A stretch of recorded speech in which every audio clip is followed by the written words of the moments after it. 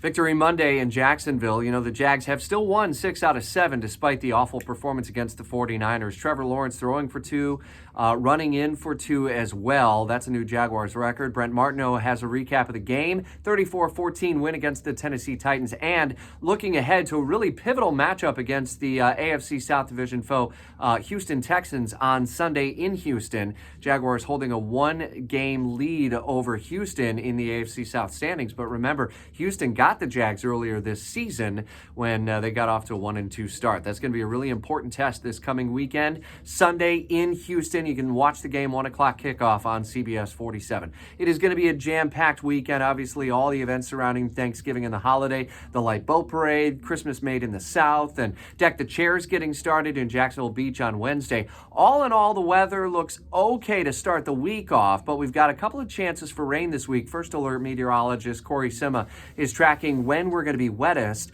It's looking like the holiday Thursday will be dry and seasonably cool overall, but we're going to kind of be sandwiched in between a couple of storm systems. How that may impact travel around the 904 and throughout the state of Florida will be updated throughout the week. We've got your back on 104.5 WOKV. We are expecting some 2.8 million Floridians to travel over the course of this holiday, most by vehicle, many by air. We're continuing to follow that story. At least if you're driving, you're greeted by lower gas prices, lowest of the year, $3.04 the average for unleaded across the state, but you can easily find under $3 a gallon throughout the Jacksonville metro area. We're hearing a number of tributes and memories to the late Rosalynn Carter, who passed away at the age of 96, surrounded by loved ones, and of course Jimmy Carter in Plains, Georgia on Sunday. We sent you that breaking news alert in the WOKV app, and we're continuing to follow the storyline and the story arc of her journey home, which ultimately will be next week. After the Thanksgiving break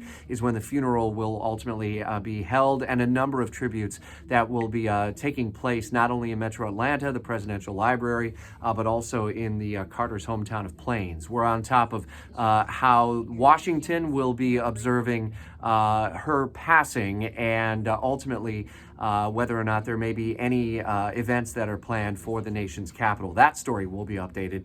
And continuing coverage of You Decide 2024 as Governor DeSantis continues to go on offense against former President Trump, targeting his age, failed promises, and more. We've got you covered in You Decide 2024 throughout Jacksonville's morning news. Today and throughout this busy week in Northeast Florida, Thanksgiving week, and travel that continues to build each and every day this week in Metro Jacksonville and throughout the 904.